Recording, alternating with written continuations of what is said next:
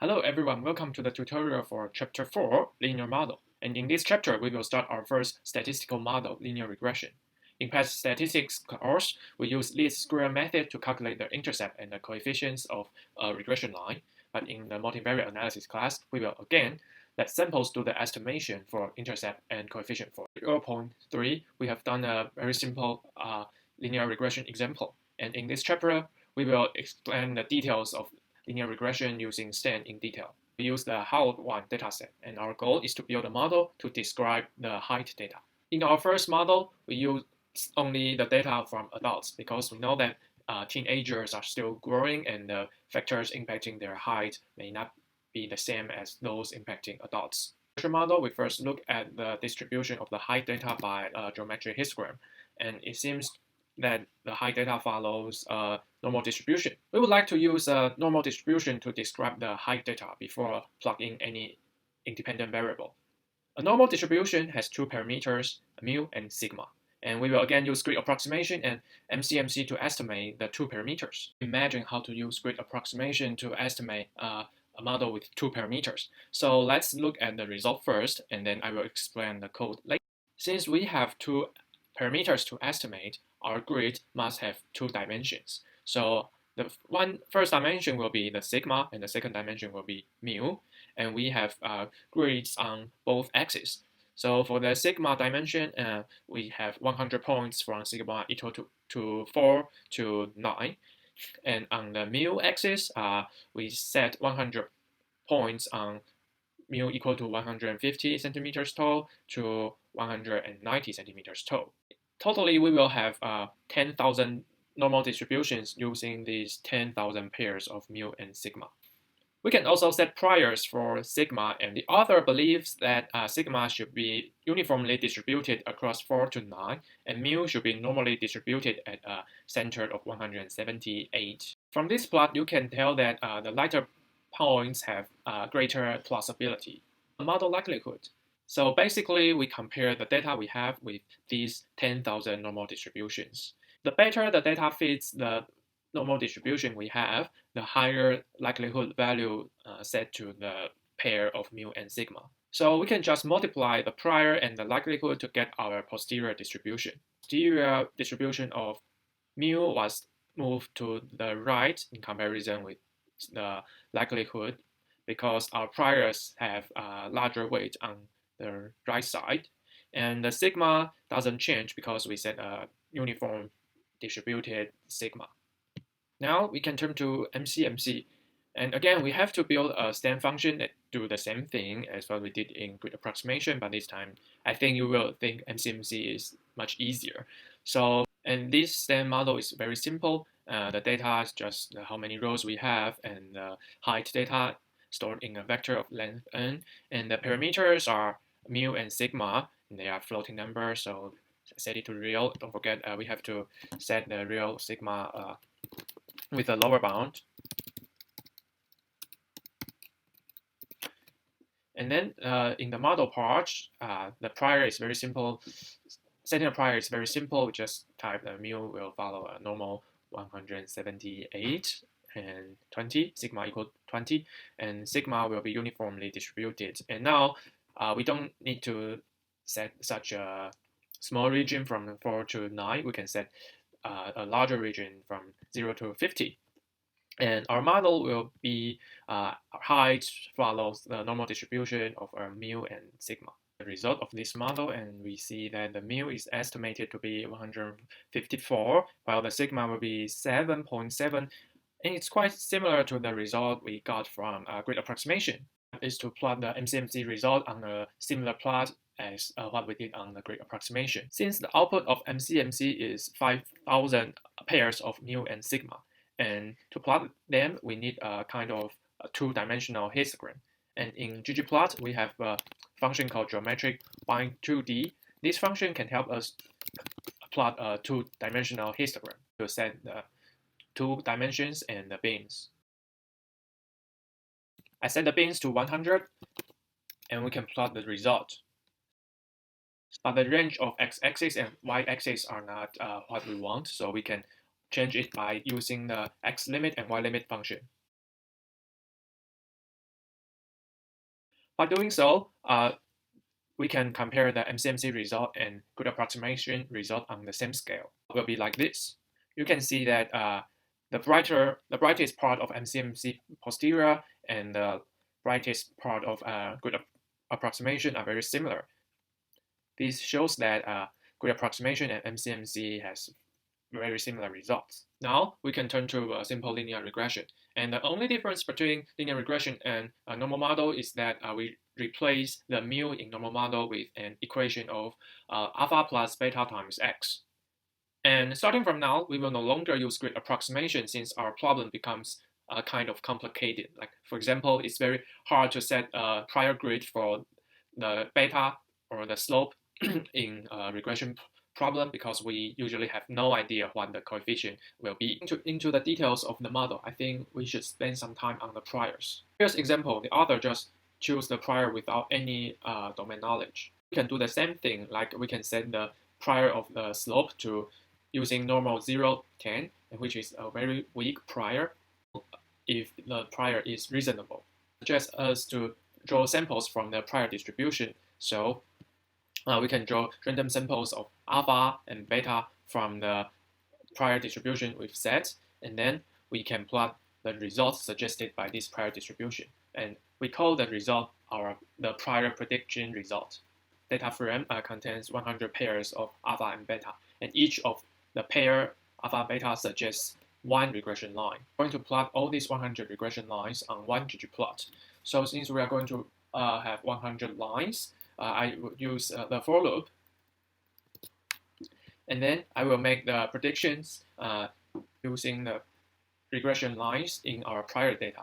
So the result of these prediction values will be updated for each iteration in the for loop and by the regression line suggested by the prior data. So when I will be equal, this is our regression line. We will make prediction using this pair. And when I equal to 2, we will make prediction using this geometric line on top of the ggplot, the empty ggplot we've created. And then you can see the result will be like this. You can easily tell that the prior we've set is very unreasonable because usually we don't expect the height be a negative relationship with the weight. With these priors, around 50% of the regression lines have a negative relationship between weight and height. Author suggests us a better prior for beta, which is the log normal distribution. The log normal distribution will prevent beta from being negative, and we can use the same code doing prior prediction again. And we can see that the result will be like this. And this time, most of the regression lines predicted by the prior distributions are positive relationship, but notice that the strength of the relationship are very weak. And this is a good thing for prior distribution because we want the relationship between the two parameters be dominated by the likelihood, not the prior.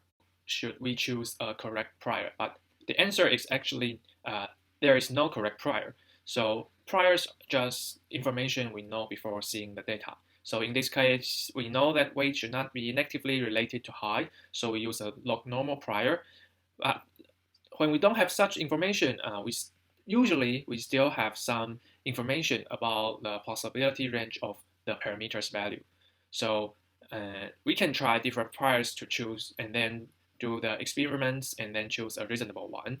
And more importantly, when we have enough data, a model likelihood will dominate the posterior, so prior is not that important. Typing our model, so the data are the same as what we done in tutorial 0.3. We have integer n represents the length of the data, and we have two vector of length n to represent the x and y. The parameters we want to estimate are alpha, beta, and sigma, and I set the lower bound of beta and sigma both to 0 because we don't want negative beta or gamma value.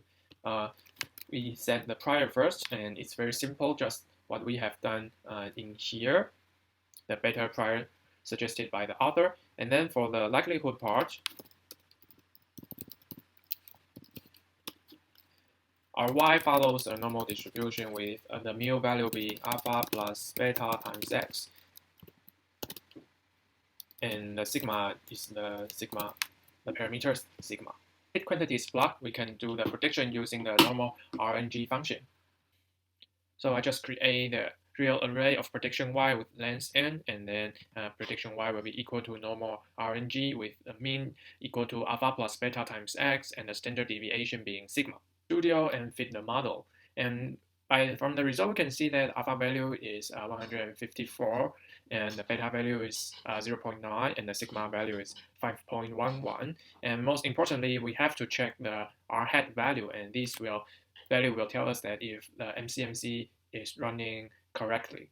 If the R hat value is larger than 1, even it's just 1.01, it still means that there are some problems in the STEM model. We can put the result into the data frame by the ASDA.data.frame function, and we can go to the next part, is interpreting the posterior distribution.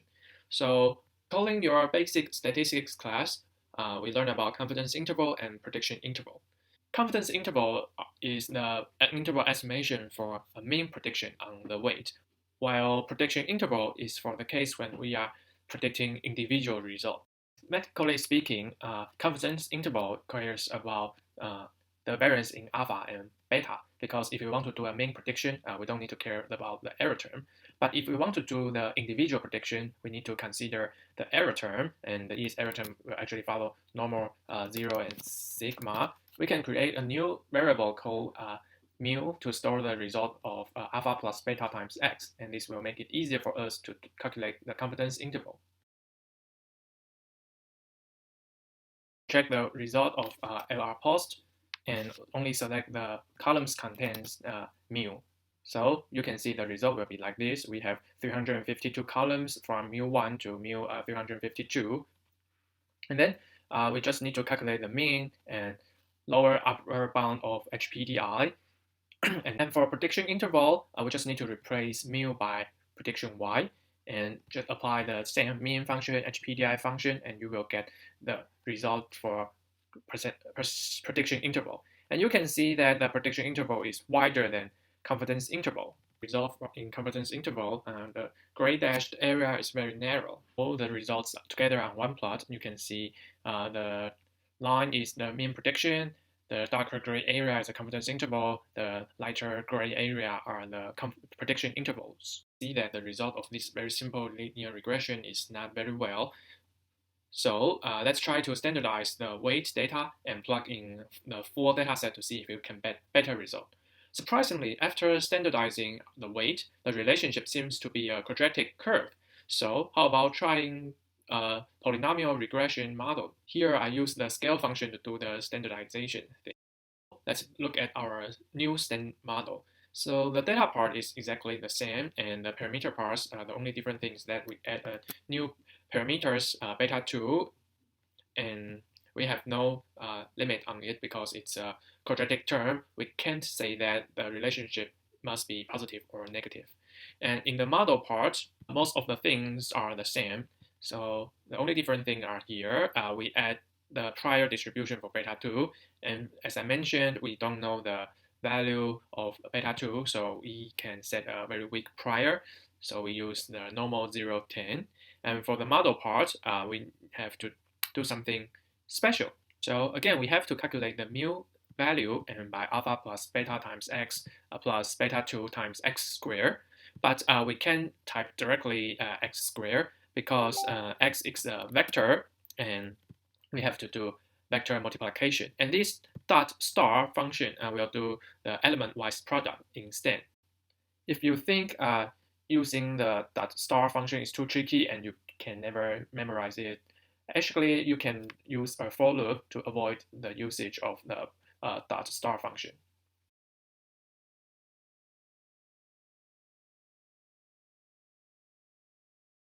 The reason why a for loop will work is that this square function only works on real number or integer, and xi will be one real number, so it will work. The generated quantities block is very similar to the model block. We also need to create the mu, and the prediction y is the same as what we did in the simple linear regression model. And after that, we can fit the model, and let's check the result. So we can see we have alpha of 146 and beta 1 is 21, beta 2 is -8 and sigma is 5, and we check the R hat values, they are all 1, so the model is healthy. Also, we would like to plot the confidence interval and prediction interval and the fitted value with the true value. So the only thing we need to do here is very simple, just need to change lr.post to plr.post, and you can copy and paste all the codes we've used and use the find and replace function to do that, and the result will be like this. It's a great quadratic plot, and you can see that the prediction are much better than the simple linear regression. So this is the end of tutorial chapter 4. The codes we use both in Stan and in ggplot and the apply functions will be used in future classes as well. So please take your time and understand the detail of this syntax.